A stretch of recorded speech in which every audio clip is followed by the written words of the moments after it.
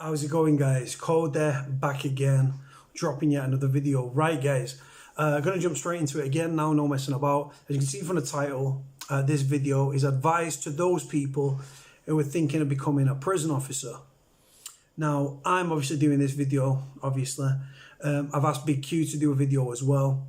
I've also asked a former prison officer with over 20 years experience for his video and his opinions and advice to those that are thinking of joining the service. So you've got three different people there. You've got former prisoner in Big Q, and a former prison officer with over 20 years experience, right? All the opinions could differ, but I think they're going to be very parallel and along the same sort of lines. Maybe, maybe not. Again, if you've served in prison, if you've been a prison officer, put your thoughts and your opinions in the comment section below. If you want to join in this discussion and send me a video of your thoughts and advice and opinions and advice to those thinking of joining the prison service, again, I'll put my phone number in the description below. Feel free to send me your videos. Anyway, guys, let's jump into it. Now, my first advice straight off the bat to anyone thinking of becoming a prison officer would be, don't do it. And the reason I say that is because I think the prison service gets sold to people as this, like you're going to work miracles, you're going to make a big difference in these people's lives, you're going to be the fork in the road where it's get left or continue on that like a path of criminality and everything else, right? And I think that's how the job's sold to them. I think that they sold it in a way that's like, you're going to make a difference in people's lives. And I'm sorry to say, but in my opinion, in my experiences, prison officers are turnkeys. They're there to manage and try to control the madness, what's going on within prisons, right? Prison succeeds, in my opinion, as a former prisoner, in demoralizing, desensitizing, dehumanizing, and makes you even more disenfranchised than when you enter the system. Now, I've got a big gripe with the age of these prison officers that are currently running prisons. Now, Forest Bank, for example, 19, 20, 21-year-old, right? Wet behind the ears, no life experience, come working from McDonald's, just no life experience. They've not lived. They've worked normal jobs, and then they think, oh, I'm going to become a prison officer. And then they get a set of keys.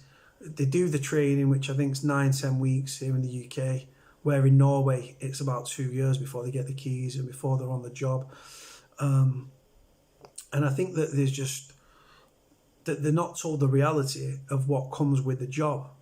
Now, first things off the bat, if you're thinking about joining the service, you need to think long and hard. Are you mentally tough enough to deal with the conditions? What's going on within prisons?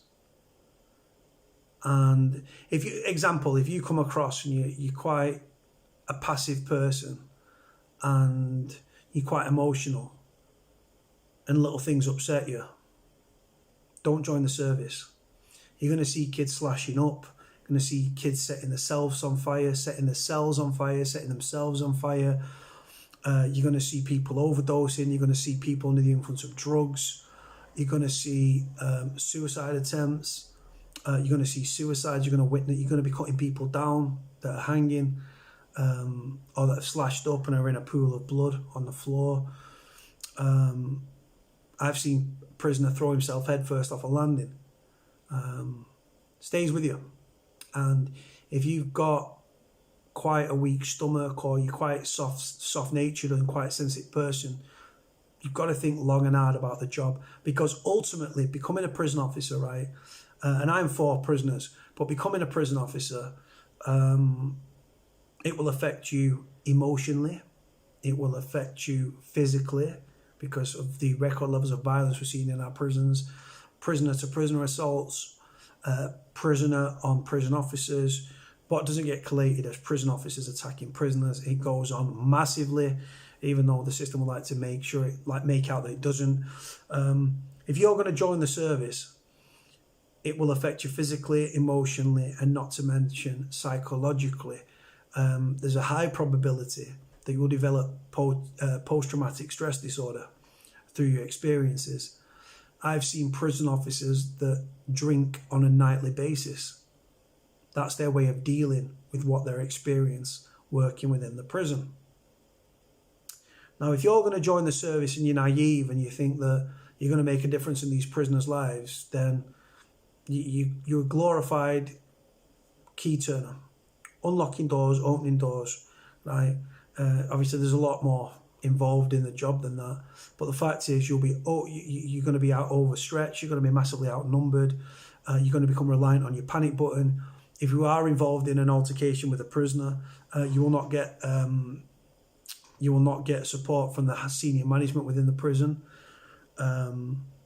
You will be potted, you will be swilled, potted.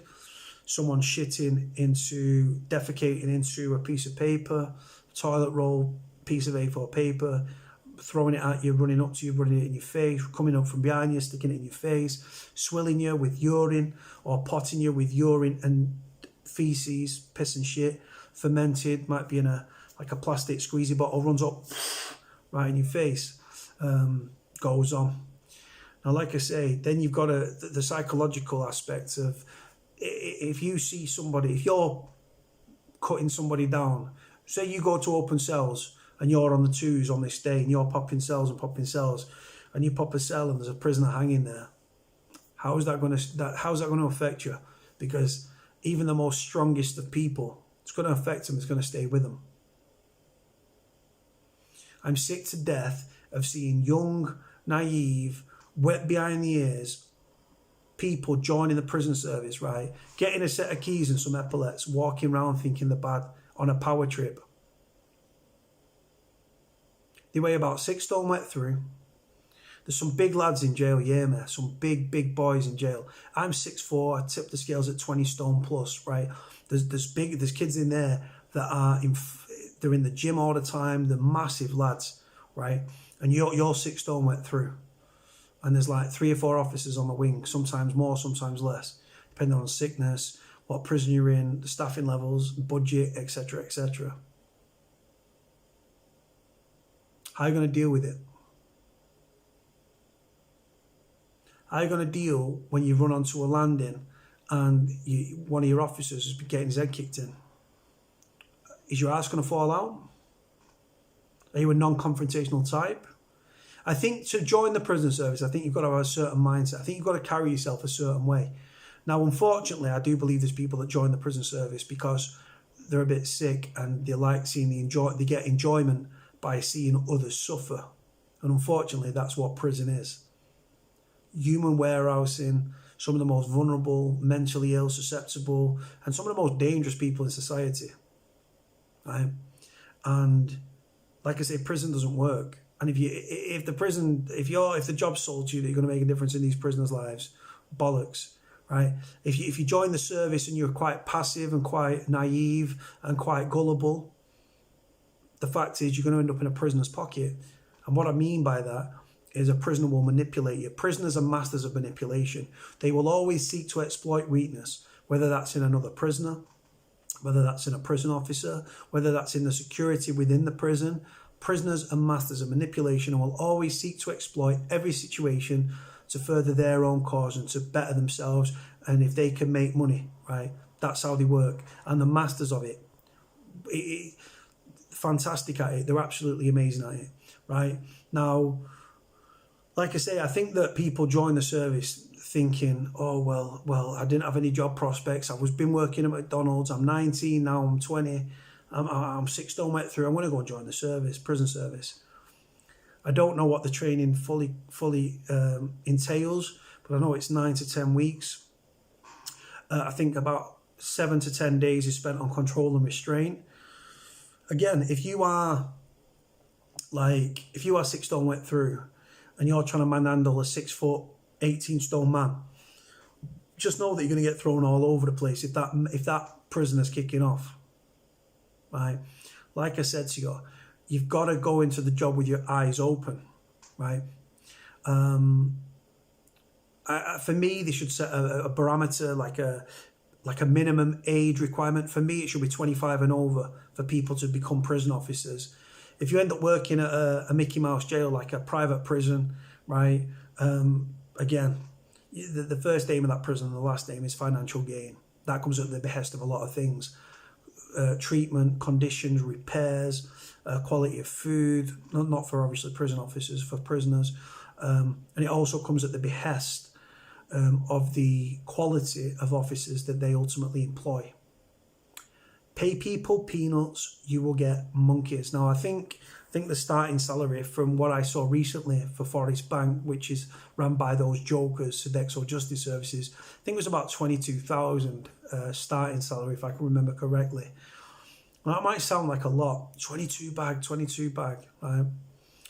You've got to think what comes with that. Being a prison officer, you're a social worker. You are a first aider. You are a paramedic, because when people are cutting them down and you might be giving them mouth to mouth and stuff, you're trying to save that prisoner's lives. You won't do, because most officers don't care, and that's why we see the sheer amount of prisoners leaving prison in body bags as we do. Your social workers, your firefighters as well. Cell fire. You don't open the door and let them out. No. There's an inundation hatch in the door. You put a key in, you uncoil. That's if it's been lubricated. I've seen it where they failed and they've had to resort to spraying water under the door. So you'll be firefighting. You'll be administering first aid. Like I said, you've got nurses as well. But like I said, it might be a life or death situation. You'll be dealing with code blues where it's danger to life or the person's pretty much dead, suicide attempts and such. Code reds, people slashing up and blood everywhere. Code blues, finding bodies unresponsive. You'll be doing act books, general duties. The fact is, I think that people join and think, oh, I'm going to be fantastic. I look good in a uniform. And what prison actually is will fuck with you.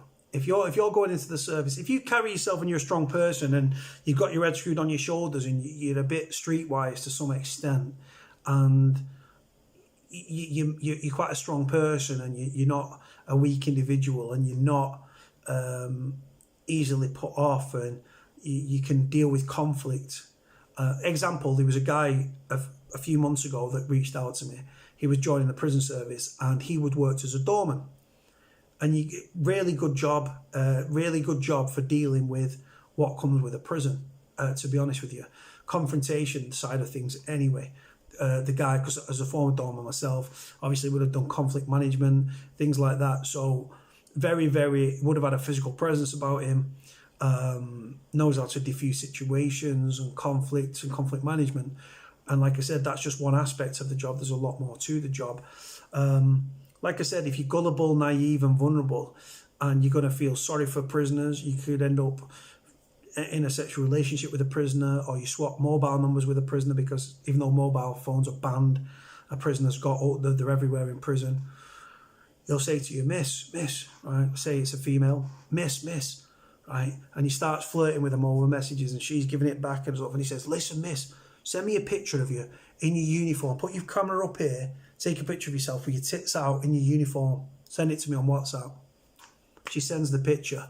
Bam. He's got her over a barrel. Right? These are the situations you're going to find yourself in.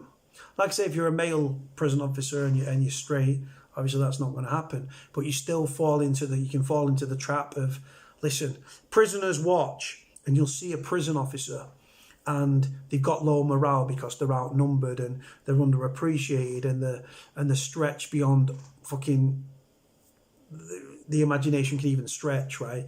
And they feel undervalued and they're pissed off and they're demoralised and they don't really want to be at work or they're hungover. And a prisoner's like, hey, listen, boss, listen, I can earn you a month's wage, yeah, just for bringing in some parcels, yeah, depending on the amount of drug and stuff like that. I can get you a month's wage, yeah, for 5 minutes work. You get it in.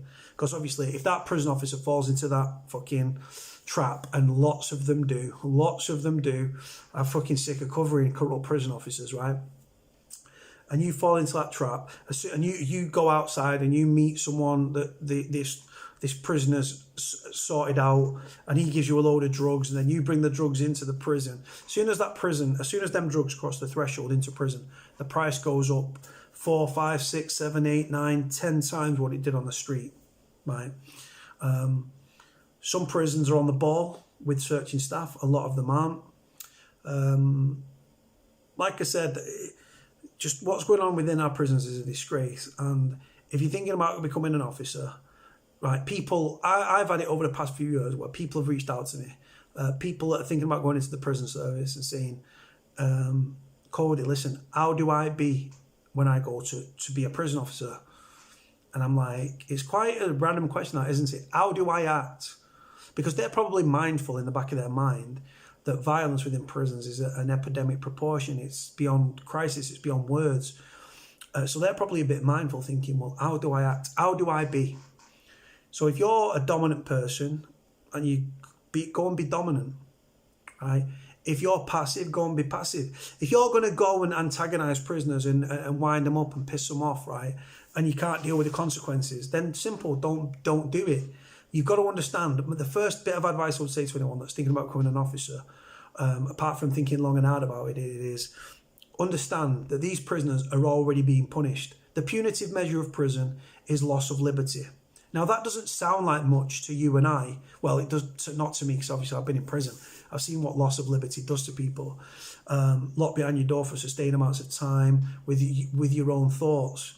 Dangerous, dangerous place. Most dangerous thing in prison for a prisoner isn't the understaffing, isn't the violence, isn't the drugs, isn't the debt. Most dangerous thing in prison, your own thoughts, your own mind. It can take you to some very, very, very dark places. A lot of prisoners have lived very hard lives. And yes, we've committed crimes. And yes, our childhoods and our pasts are not excuses for our criminality, but the contributing factors. If you grow up in a household where domestic violence was a daily occurrence, and you become a violent person, are you a victim of your childhood or a product of your environment? Or you, like I said, I've said it 1,000 times. Before most prisoners have ever been a prisoner, before they've ever been an offender, they've first been a victim. We've grown up in care. We've been sexually abused, physically abused, emotionally abused. Carers were addicts, care leavers, passed from pillar to post, no love, no affection, violent upbringings, unwanted, and yeah. And like I say, that's not an excuse, but it's a contributing factor. Now, the loss of the punishment of prison, don't ever, if you're a prison officer and you're thinking about joining the service, right, don't ever look at prisoners and think, oh, well, they're here to be punished, let's punish them. Wrong mentality to have straight off the bat. And this is me being direct. This isn't me being on prisoner's side, and it's not being on prison officer's side. I am for prisoners, but this is actually down the line on the fence. Prisoners are already suffering immeasurably in prison, right? They're away from their loved ones, they're away from the missus, they're away from the children. They're told, like I said, you're told when you can shower, you're told when you can go out onto the yard, you're told when you go on association, you're told when you can go to the gym. Do you know what I mean? You're told when you eat. It's that sort of situation. So they're already being punished, right? And prison isn't good. I know we try to focus on the positives as the macho men that we are. Prison doesn't bother people and all that stuff. I get away from that. I've seen grown-ass men crying, struggling in prison, myself included. I know my prison standing on my head, but if I was to sit here and say that prison never got to me, I'd be lying to you.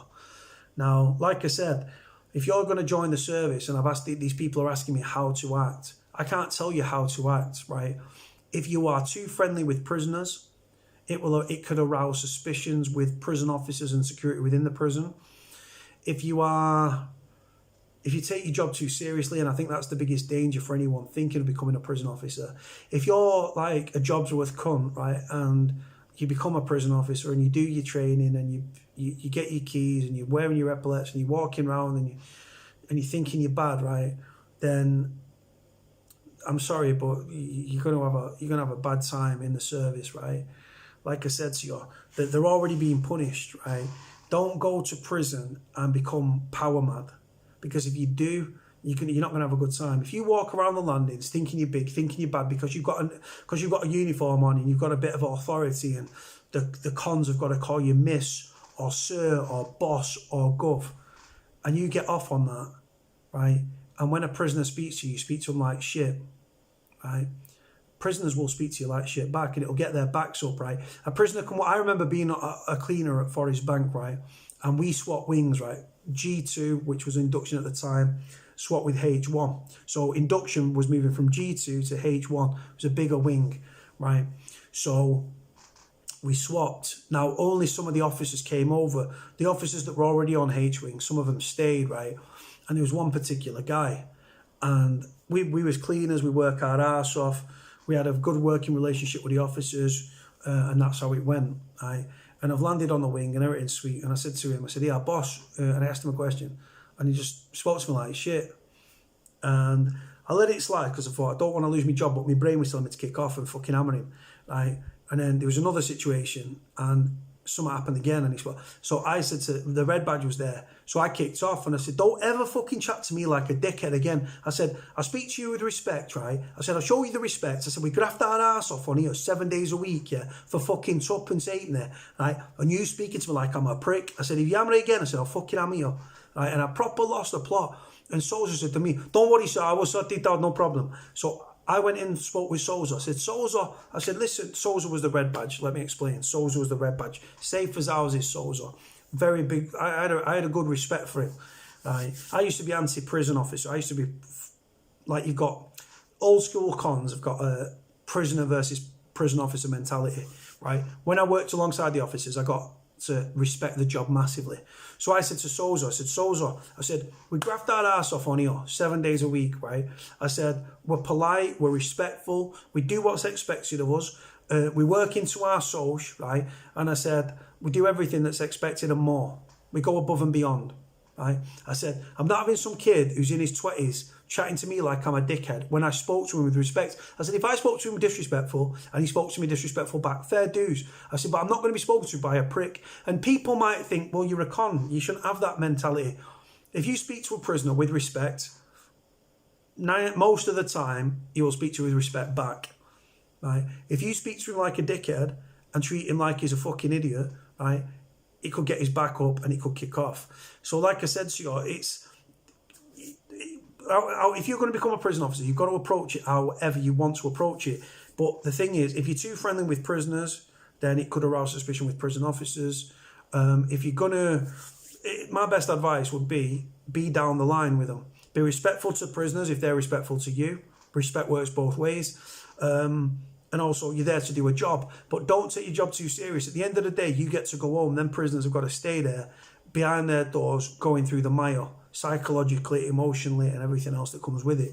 There are family relationships break down. A lot of these prisoners, and I'm not asking you to be sympathetic to prisoners, but a lot of these prisoners, before they've ever been offenders, they've first been victims, and I've said it a million times. The punitive measure of prison, they're already in prison, they're being punished. That is the punitive measure, losing your liberty.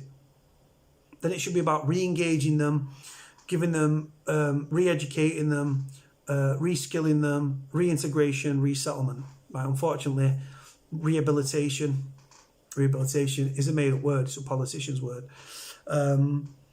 You've got to have a strong mindset if you're going to go into the service and be prepared for every eventuality, because you're going to deal with deaths. You could deal with murders. You're going to become assaulted. You're going to be assaulted. And you might think, well, I don't sign up to be assaulted. You can't go swimming and not get wet, right? It comes with the territory.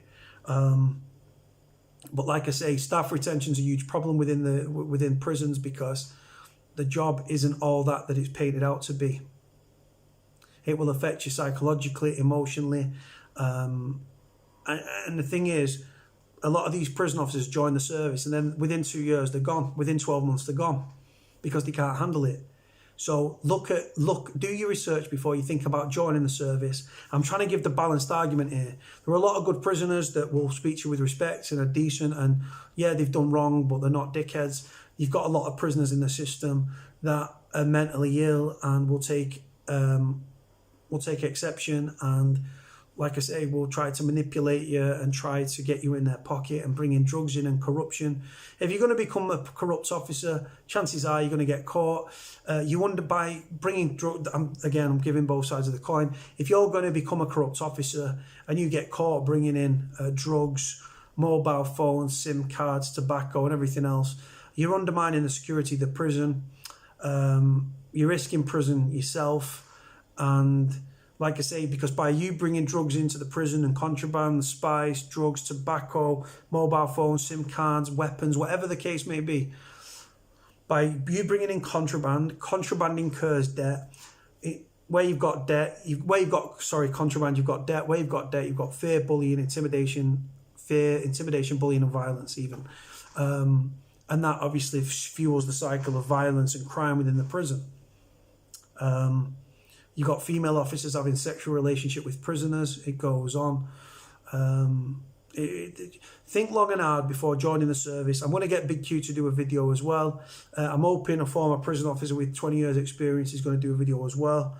Let me know what you think about the video. I've tried to do it from a prisoner's perspective, tried to put myself in the prison officer's shoes, but I've been very truthful, direct, and my opinions are straight down the barrel. I'm going to leave it there, guys. Like, comment, subscribe. If you want to do a video on this subject matter, my number will be in the description below. Cody out.